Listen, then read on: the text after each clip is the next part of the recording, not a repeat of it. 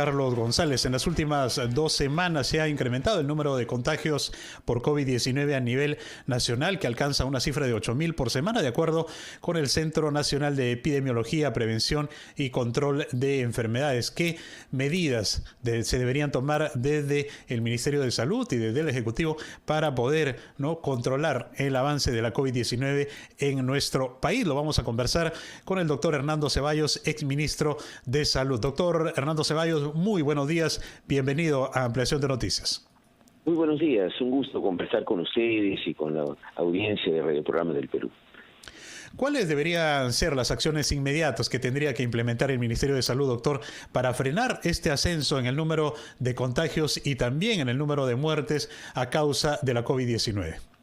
Creo que lo más importante es la comunicación, es decir, lograr un nivel de comunicación mucho más fuerte con la comunidad para convencer a los sectores, que todavía son muchos, de que es necesario vacunarse en nuestro país.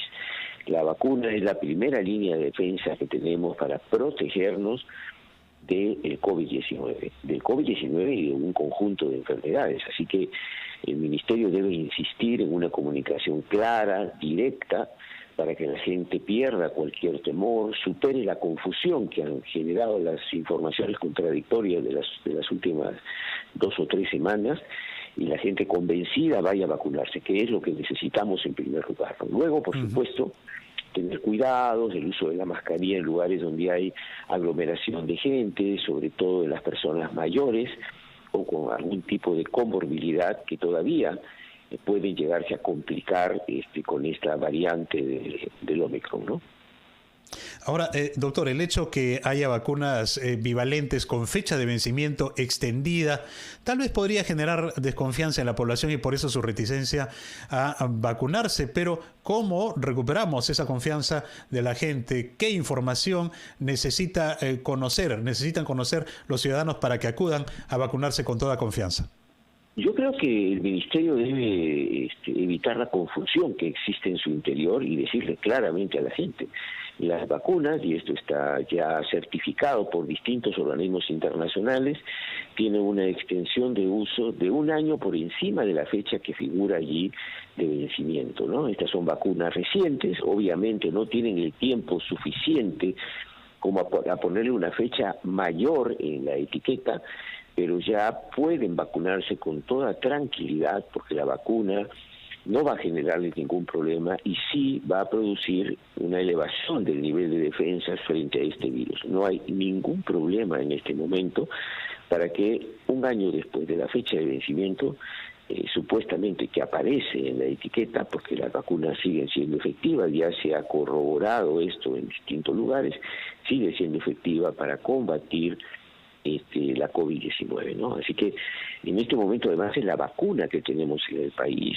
tampoco a confundirse, porque tenemos una vacuna monovalente que se está aplicando en otros lugares del mundo, que por cierto es más eficiente, más eficaz. No la tenemos todavía, no la estamos aplicando, por lo menos en el Perú, pero la vacuna bivalente sigue siendo efectiva ante la COVID-19 y debe aplicarse en la comunidad, la gente, esta vacuna, ¿no? Entonces, para que nos quede claro, el nivel de eficacia o efectividad, ¿no?, de una vacuna con fecha de vencimiento extendida es la misma y es la mejor alternativa que tenemos para poder contrarrestar el avance de la COVID-19, doctor.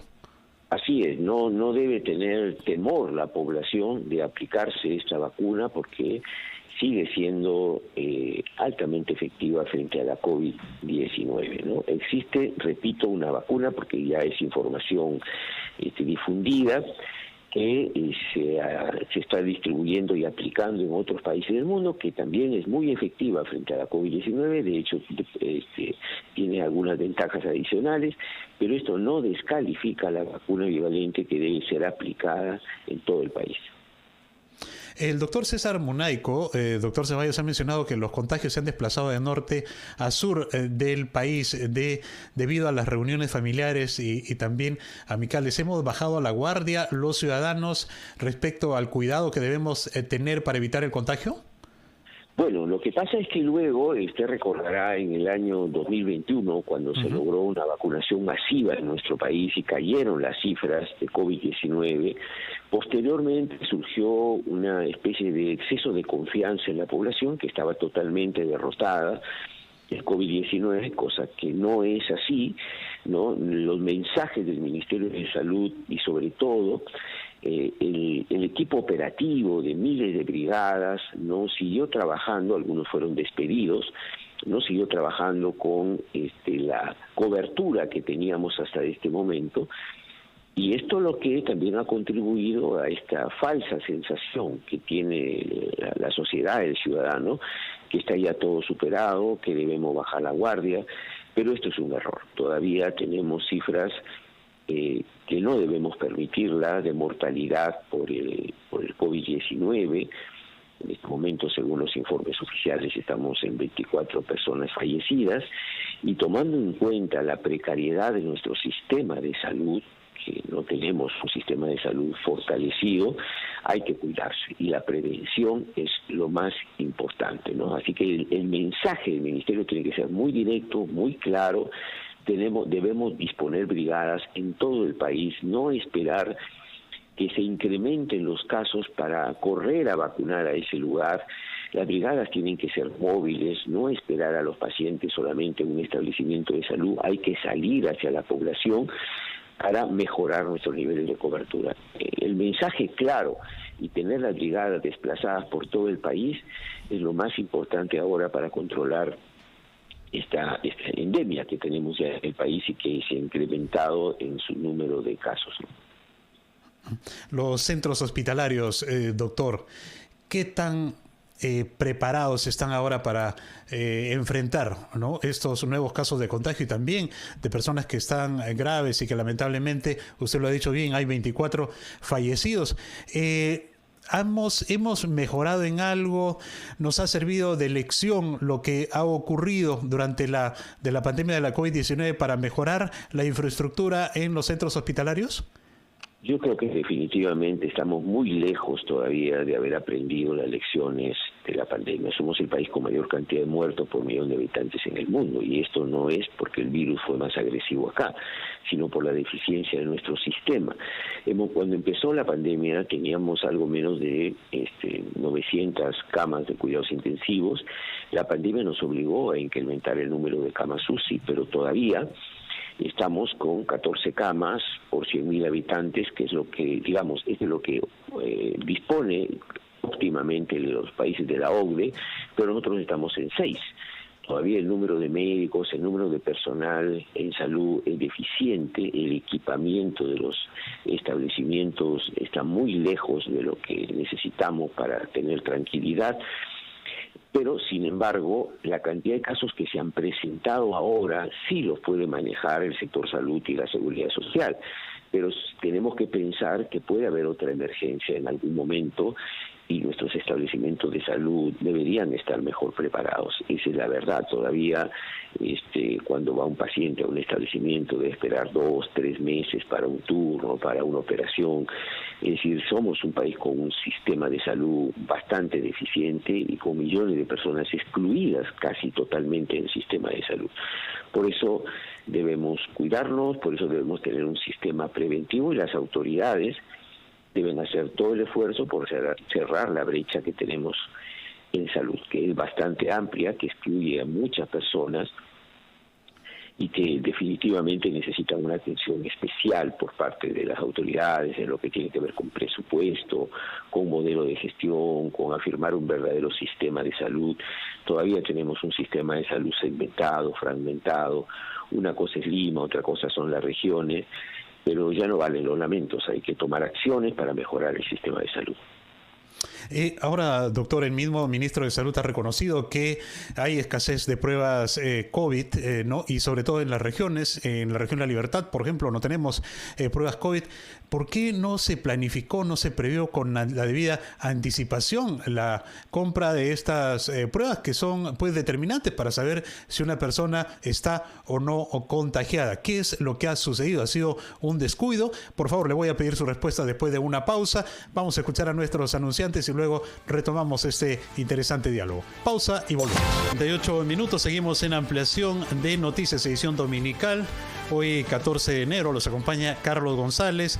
Estamos conversando con el doctor Hernando Ceballos, exministro de Salud, ¿no? Conversando, dialogando sobre el avance de los casos de contagio de la COVID-19. Le había consultado, doctor, ¿cómo se puede explicar qué es lo que ha sucedido realmente que tengamos escasez de pruebas COVID en nuestro país y en diferentes regiones? ¿Una falta de planificación? ¿Eso es lo que ha habido en el Ministerio de Salud? Bueno, es innegable que aquí ha habido un grado de negligencia importante porque el Ministerio de Salud debe tomar las previsiones frente a esta situación, frente a la existencia real del COVID en nuestro país para tener pruebas moleculares, yo diría, en prácticamente todos los establecimientos de salud, ¿no?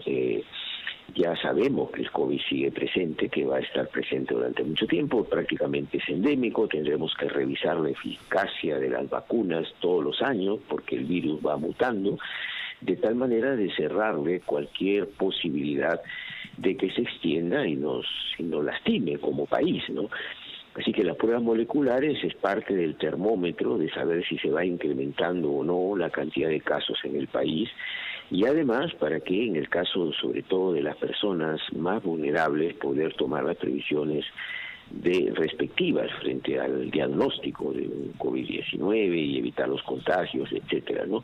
Así que el Ministerio tiene la responsabilidad de tener las pruebas necesarias para el descarte en los distintos lugares del país y además también, y esto es muy importante y hay que decirlo, el Ministerio de Salud debería haber hecho las gestiones a tiempo para contar con la vacuna monovalente actualizada frente a esta variante para darle a nuestro pueblo la vacuna de la mejor calidad, ¿no? Reitero, la vacuna bivalente sirve, es eficaz, tiene que aplicársela y el Ministerio lo más pronto posible, ya que se atrasó, y esto no tiene disculpas, porque hay países que ya están aplicando esta vacuna, debería tener ya la vacuna para podérsela aplicar a la población peruana, ¿no? Doctor, por su experiencia como ministro de Salud, si nos vamos fuera de Lima, hablemos de las diferentes regiones del país. ¿En qué regiones considera usted que se debe enfocar una mayor atención por parte del Ministerio de Salud? Porque caso contrario podríamos seguir teniendo problemas en el avance del número de contagios y fallecidos por la COVID-19. Bueno, yo creo que, en general en todas las regiones, pero hay regiones que tienen un sistema de salud más vulnerable, que es más difícil el traslado de los pacientes, que son donde tradicionalmente incluso tenemos problemas para avanzar en la vacunación, ¿no? Hay provincias enteras que no cuentan con profesionales especialistas, ¿no? Tenemos varias regiones del sur, Puno, Abancay, Apurímac, la zona de Loreto, San Martín, Piura, Cajamarca, son lugares donde tradicionalmente nos golpea mucho cualquier emergencia sanitaria, ¿no? Pero claro, se da la paradoja, por ejemplo, que Ica, que está tan cerca de Lima, también ha tenido serios problemas con la COVID-19. En general, no podemos predecir de manera certera dónde se va a incrementar la cantidad de casos de esta enfermedad como de cualquiera que podamos tener en el país. Por eso necesitamos un sistema de salud que realmente funcione. Acá no está funcionando como debería. Los gobiernos regionales siguen manteniendo problemas no solo presupuestarios, sino de ejecución del gasto. La relación entre el nivel central y los gobiernos regionales es muchas veces formal, no hay una estrategia única y además un control de su cumplimiento en nuestro país. Hay islas en nuestro país en el sistema de salud. La Seguridad Social, como ya sabemos, invierte y dispone sus planes como le parece, no es un plan articulado con el Ministerio de Salud, lo mismo sucede con las Fuerzas Armadas y el sector privado. Un sistema de salud desarticulado, donde no tenemos una interconexión, todavía que deberíamos tener una interconexión electrónica para saber si hay camas disponibles en un lugar, si no hay camas, si no hay medicamentos, si no hay equipamiento, esto no lo sabemos y entonces todavía el sector salud no puede predecir botón de poner el énfasis cuando aparece una epidemia, cuando aparece una emergencia, como nos ha pasado con el COVID-19. Yo lo digo con mucha franqueza, la gente que ha fallecido por la COVID-19 no ha muerto por el virus, la gran mayoría ha muerto por la miseria, por los condicionantes sociales y por la realidad de un sistema sanitario muy frágil, ¿no?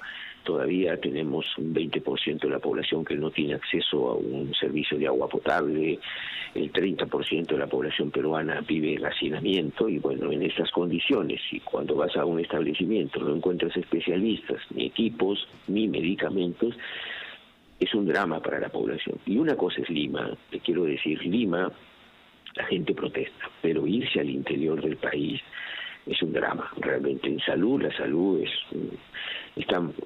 está grave, muy grave, como diría Vallejo, y eso debemos abordarlo, porque sin salud no tenemos nada, ¿no?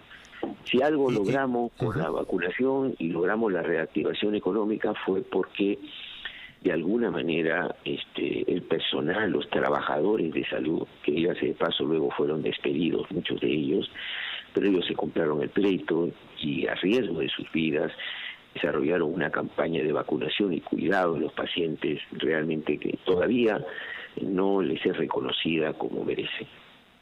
Ahora, hay que también tener en consideración, doctor, que en esta época del año suelen presentarse casos de dengue y también otras enfermedades contagiosas, ¿no? Esto se suma a las altas temperaturas que pueden ocurrir por el fenómeno del Niño. Entonces, se necesita una reacción más inmediata y oportuna por parte del Ministerio de Salud. ¿Considera usted que tiene el Ministro de Salud el liderazgo suficiente, necesario para poder responder a este escenario que, como usted muy bien lo ha descrito, es bastante preocupante? Bueno, yo como ministro de Salud me es complicado calificar, digamos, al actual ministro, ¿no? Pero es evidente que se han cometido una serie de equivocaciones, de errores, ¿no? La desconfianza en la población debió haberse resuelto y no alentarse, ¿no? Esa es la verdad. Pero usted ha hecho una reflexión sobre el dengue, que es bueno decirlo porque el dengue está en ascenso en el norte del país y en la zona de la selva, y hay que tomar medidas rápidas. No solo el Ministerio de Salud, sino el Ministerio de Vivienda. Aquí hay poblaciones enteras que tienen una hora, media hora de agua por día, entonces tienen que acumular el agua en recipientes y eso favorece la reproducción del vector, ¿no? Y entonces ya esto nos pasa todos los años. El año pasado fuimos el país con mayor cantidad de casos de dengue al margen de Brasil, pero con una mortalidad muy alta por el número de casos, que no debería repetirse. Si no merecemos los peruanos mantener esta precariedad, estas deficiencias en el sector salud. Específicamente sobre el dengue, ya que estamos hablando de este tema, ¿qué medidas deben implementarse de una manera inmediata, doctor, para poder evitar, ¿no?, que se siga difundiendo la enfermedad del dengue en nuestro país y en las diferentes regiones? Bueno, el dengue tiene tres elementos que hay que abordar. En primer lugar es la información y la organización social. Esto es importante para que la gente se organice por manzana, hayan comités de control del dengue para evitar que hayan casas cerradas donde puedan haber recipientes que acumulen agua y favorezcan la reproducción del vector, para educar a la comunidad para que difundamos un sentido de protección individual y colectiva frente al dengue. Esto es muy importante. Las sociedades que tienen niveles de organización han podido enfrentar el dengue de manera más satisfactoria, controlando en cada barrio con un responsable de que no hayan condiciones en los hogares para la reproducción.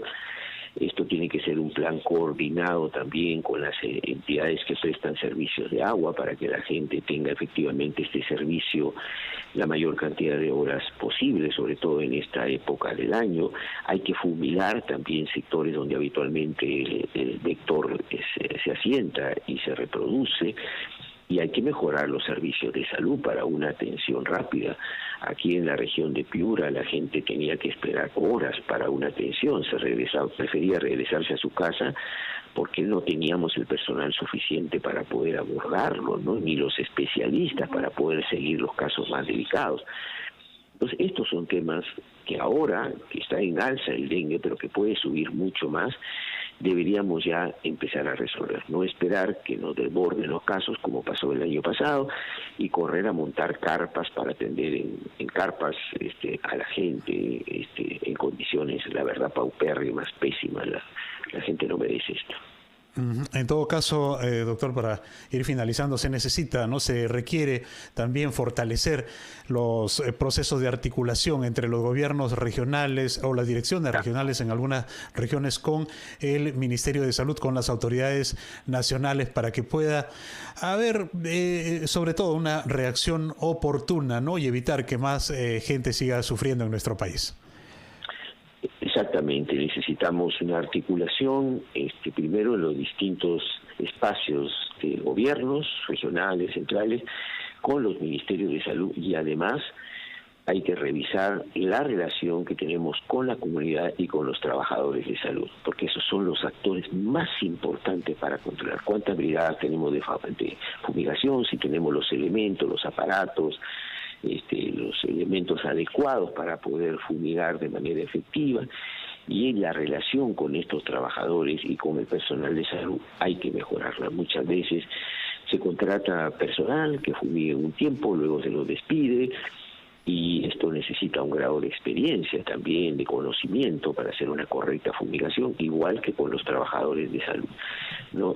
Acá, durante el pico de la presencia del dengue en la región Piura, nos encontrábamos con una gravísima falta de personal, y eso no debe ocurrir, ¿no? Debemos hacer la previsión respectiva, hay que desplazar nuestros recursos especializados a estos lugares, pagarles adecuadamente, darles condiciones para el desarrollo de su función, y no esperar que los acontecimientos nos desborden, que nos pasa eso con mucha frecuencia, ¿no? Y nos hemos acostumbrado, hemos normalizado eso, y esto no debe pasar, no tiene por qué pasar en realidad, ¿no? Hay que tomar la decisión política y poner la salud en primer lugar. Muy bien, resaltamos entonces la necesidad, ¿no?, de un trabajo más articulado que responda realmente a las necesidades de la población en el sector salud. Muchísimas gracias, doctor Hernando Ceballos, el ministro de Salud, por este diálogo con Ampliación de Noticias. Muy amable y muy buenos días. A ustedes, muy buenos días. Muy buenos días. 9 de la mañana en punto, amigos. Vamos con el gran resumen de la hora y luego regresamos con más aquí en Ampliación de Noticias, edición dominical. Volvemos.